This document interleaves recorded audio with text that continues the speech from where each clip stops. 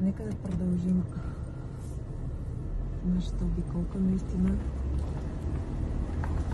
местенството е много приятно. HOA или тъй наречената домоуправа е само $300 на месец, в която се включва използването на голф, тенис корт, басейн. Повечето от къщите тук обаче са с басейни. Друг интересен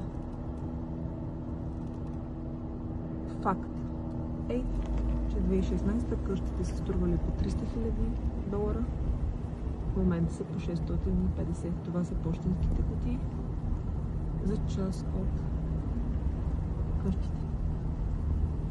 Като HOA задължително се грижи за всичко, което е пред къщата. Всичко зад къщата е отговорност на собствениците.